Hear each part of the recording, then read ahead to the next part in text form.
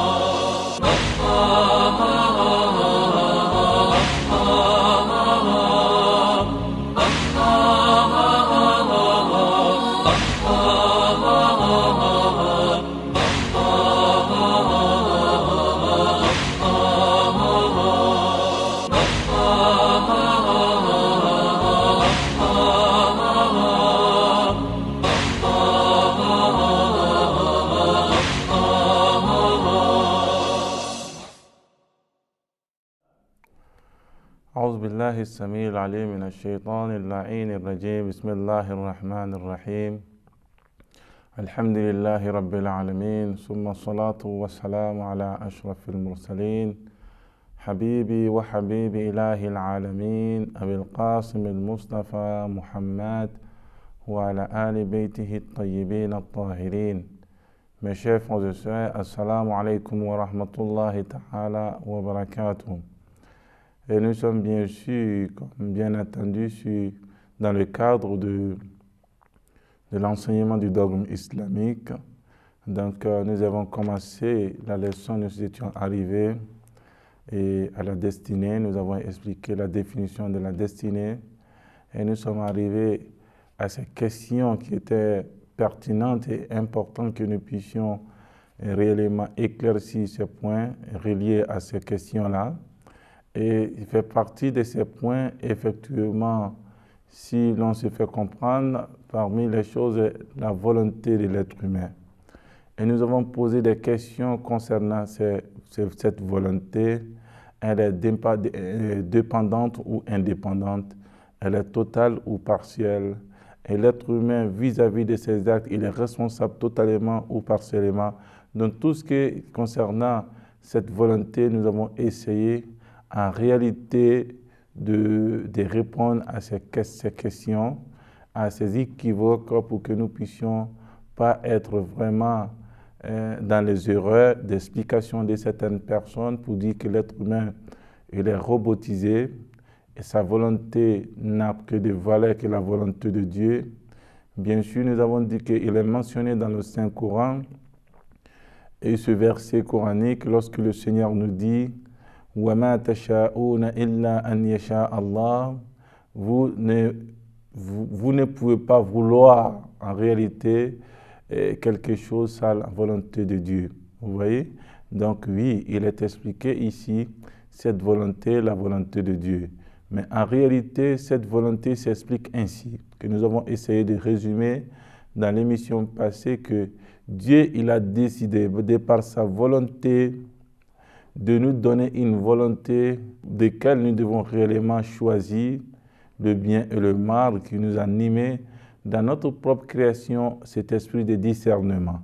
Donc cet esprit de discernement nous permet d'abord de discerner le bien et du mal et aussi la volonté nous permet de décider de faire le bien ou le mal que le Seigneur nous en garde. Et donc en réalité nous avons essayé de dire que cette volonté s'explique ainsi.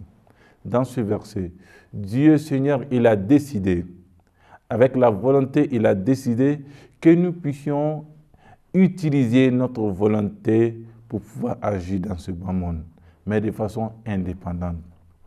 Dieu, il apporte quelque chose à notre vie, mais si Dieu intervient directement dans notre propre volonté, dans sa gestion, mes chers frères et sœurs, la responsabilité qui se trouve devant nous perd sa valeur, n'aura aucun sens. Donc c'est pour cette raison, Dieu nous dit qu'il nous a créé et nous donné le choix. Le choix de discernement, l'esprit de discernement et le choix de faire le bien ou le mal, que le Seigneur nous en garde, de commettre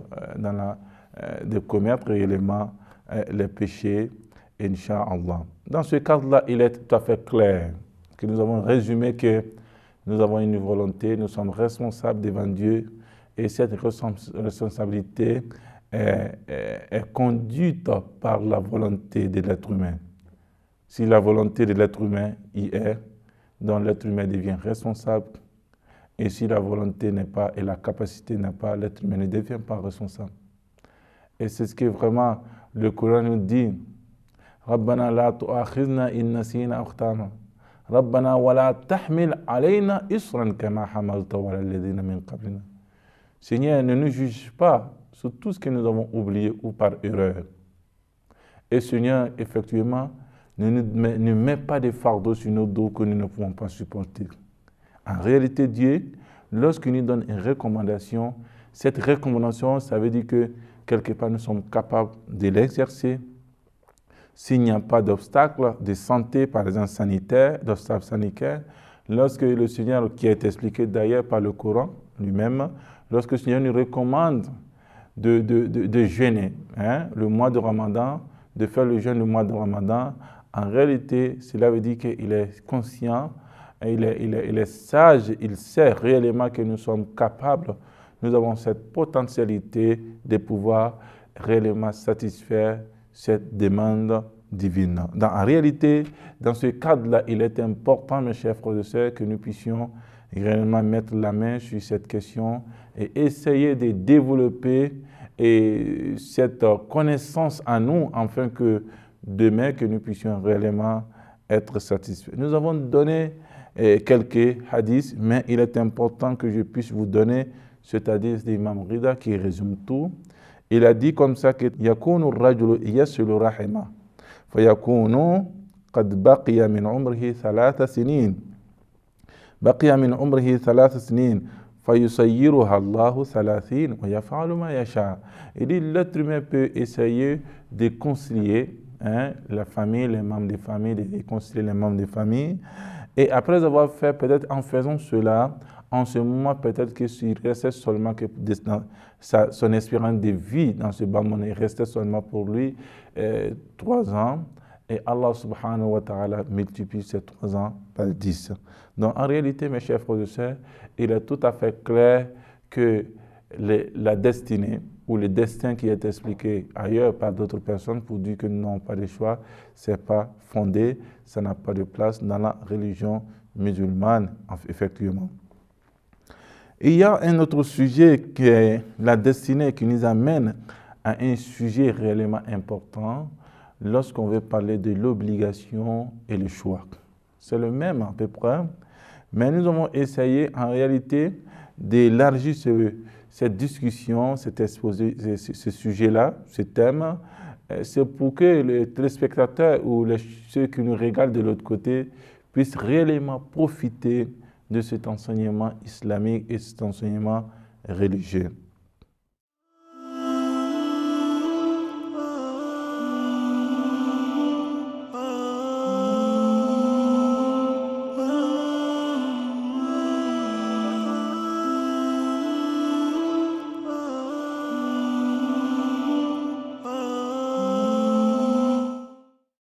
Il est effectivement al-jabr qui veut dire l'obligation et la contrainte. L'être humain, il est contraint d'agir, il est contraint de dormir, il est contraint de manger, il est contraint, il est contraint, il est contraint. Donc en réalité, c'est une obligation que l'être humain est en train de traverser.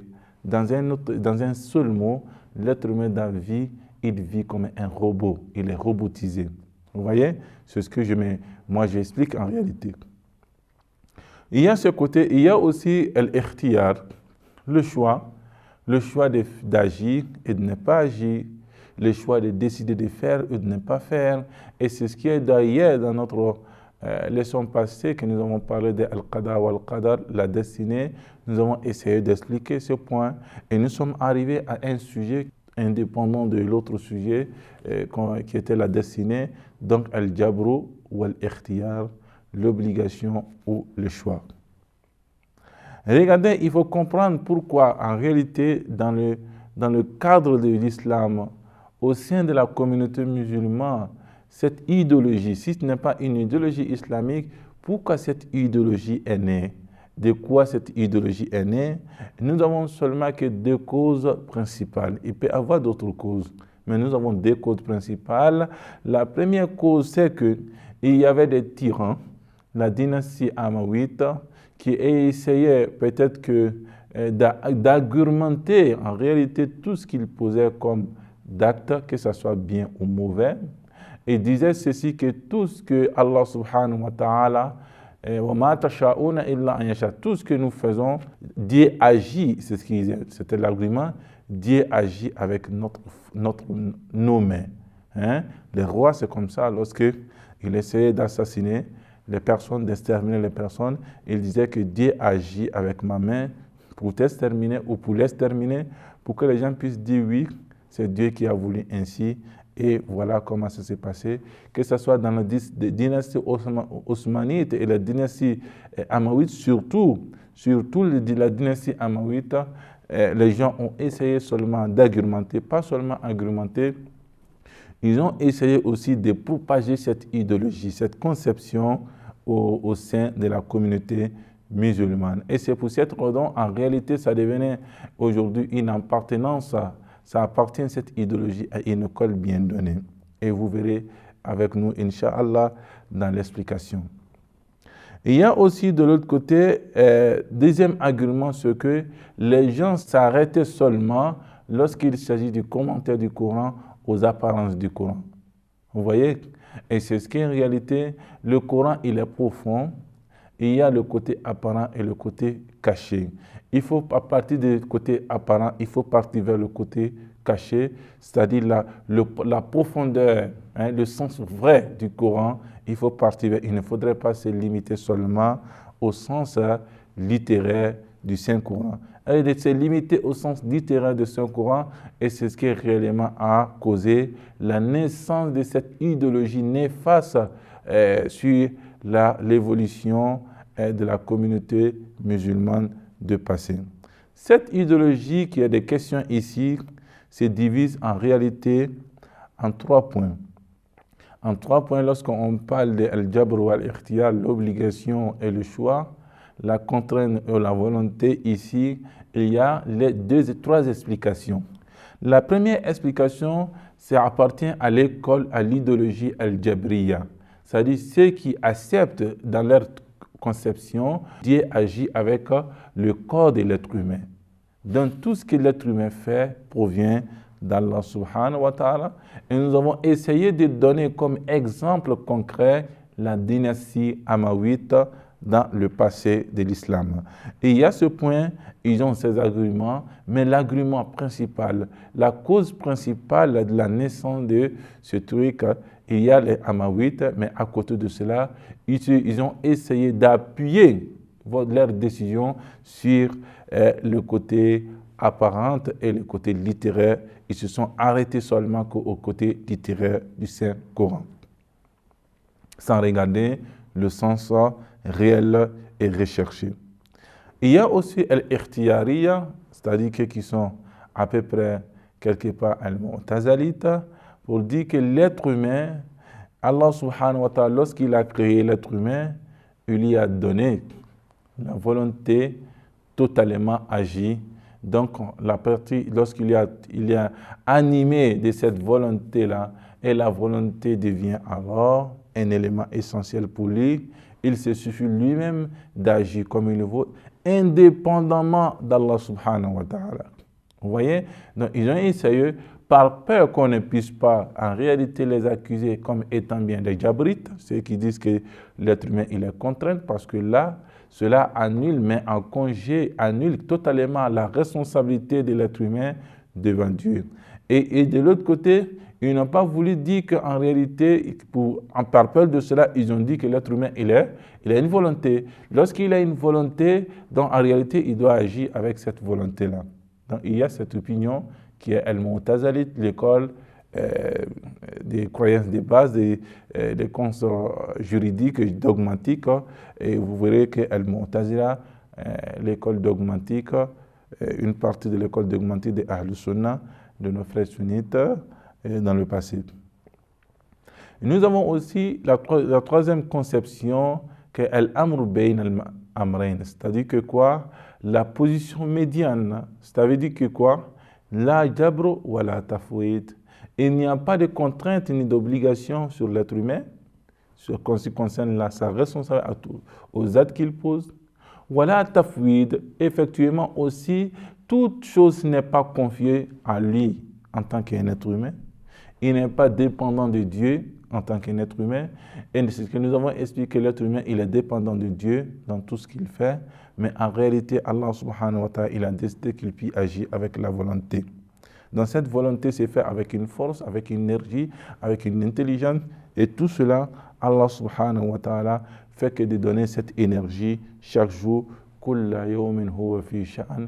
Il est réellement en mouvement chaque jour. Il nous donne la vie, la subsistance, la force. Ce n'est pas comme il nous a créés. Après avoir nous créé, il nous a confiés à nous-mêmes, etc. Et comme il est dit quelque part, et aller se reposer sans rien faire. Dieu, il agit dans notre vie chaque seconde, chaque minute, et nous avons toujours besoin de lui, directement ou indirectement. D'ailleurs, pour que nous puissions avoir une vie aussi saine, sauve, nous avons besoin de ce Dieu-là. Donc, il est important, et c'est ce qui est mentionné en réalité dans les hadiths, et vous verrez avec nous que nous avons besoin, en réalité, mes chers frères et sœurs, de vous faire savoir en réalité quelques hadiths.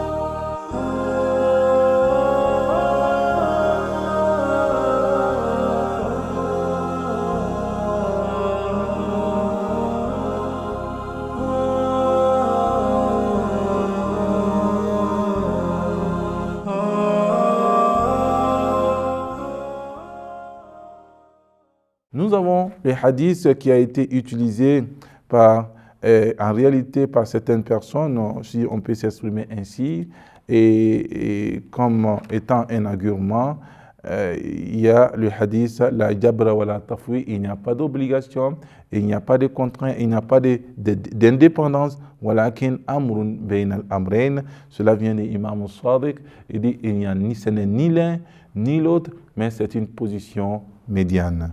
En réalité, une position médiane, et c'est ce qui fait en réalité de nous en tant que l'école Ahlul Bayt, comme l'école qui a toujours une position médiane par rapport aux situations. L'enseignement coranique est tout à fait clair sur tout ce que nous avons dit concernant le sujet, mes chers frères et sœurs. Il est important, effectivement, que nous puissions réellement dire comme résumé. On peut comprendre que l'être humain, il n'est pas obligé d'agir. L'être humain, sa vie n'est pas totalement confiée à lui, il a besoin de Dieu. Vous voyez, sa vie est liée à Dieu. Son intelligence avec laquelle il agit est liée à Dieu. Sa force, son énergie, etc., est liée à Allah subhanahu wa ta'ala. Donc, il vit avec Dieu, il a toujours besoin de Dieu pour continuer cette vie-là. Donc, en réalité, la volonté ici, le choix ici est tout à fait clair. Dans nos actes, nous avons le choix d'agir ou de ne pas agir. Et c'est ce qui fait de nous, de l'être humain, meilleur. Et c'est ce que le Coran nous dit. وَلَقَدْ كَرَّمْنَا بَنِي Adam. Nous avons anobli la création de l'être humain. Pas le côté physique seulement, mais la création de l'être humain, il a animé d'un esprit de discernement que les autres créatures ne l'ont pas. Il n'est pas obligé. Vous voyez, lorsque vous regardez les anges sont obligés. La ya'asuna Allah ma amarahum. Ils ne peuvent contredire.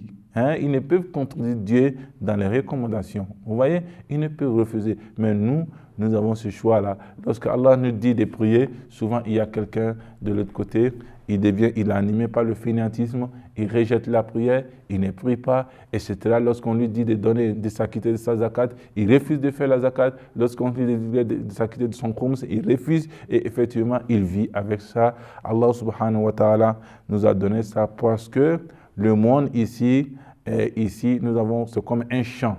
Un champ dans lequel nous essayons de semer des graines et après le fait le moment de récolte, ça sera Inch'Allah dans l'au-delà que le Seigneur nous accorde en réalité vraiment une bonne récolte dans l'au-delà. C'est ce que Imam Ali dit, Yawm al-amal lal-hisab wa gadan al-hisab lal-amal. Aujourd'hui, c'est le travail qui compte. Sur le respect de cet engagement devant Dieu. La recommandation, et respecter les recommandations de Dieu, et c'est ce qui est plus recommandé dans notre vie. C'est ce qui est là. Wa gadan al-hisab lal-amal. C'est la récolte demain, c'est-à-dire l'au-delà, pas les œuvres.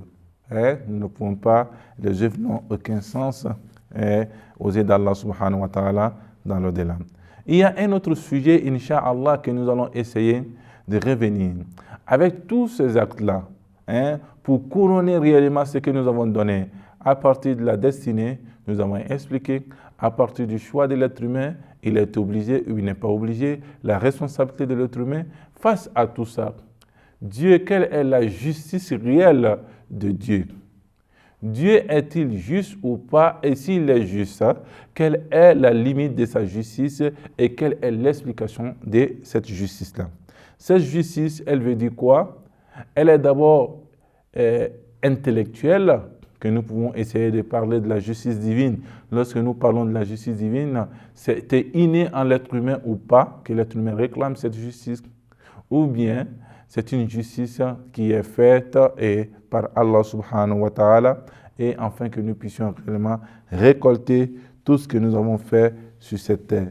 Là, il y a plusieurs écoles qui ont parlé de cette justice divine, et il y a l'école mu'tazilite et chiite qui sont ensemble de ce côté.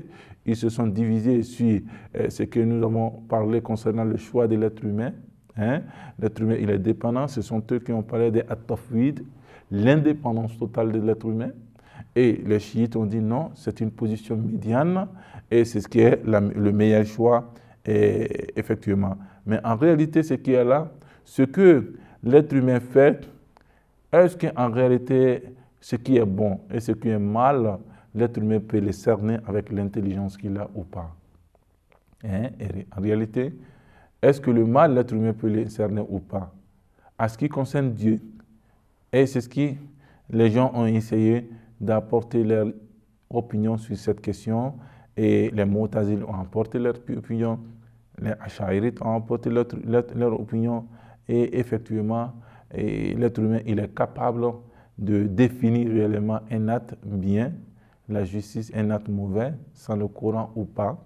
Vous voyez, un acte nuisible à lui-même et à son épanouissement et aussi à la société, il est capable de détecter cet acte ou pas. S'il a cette capacité, et cette capacité, elle est totale ou elle est partielle. Et nous allons essayer effectivement de revenir sur cette question, Inch'Allah, la séance prochaine. Et je vous invite encore, les téléspectateurs, à nous suivre sur cette question, une question aussi très importante qui va parler en réalité de la justice divine. Et ce sera le thème prochain, Inch'Allah. Wassalamu alaikum wa rahmatullahi ta'ala wa barakatuh.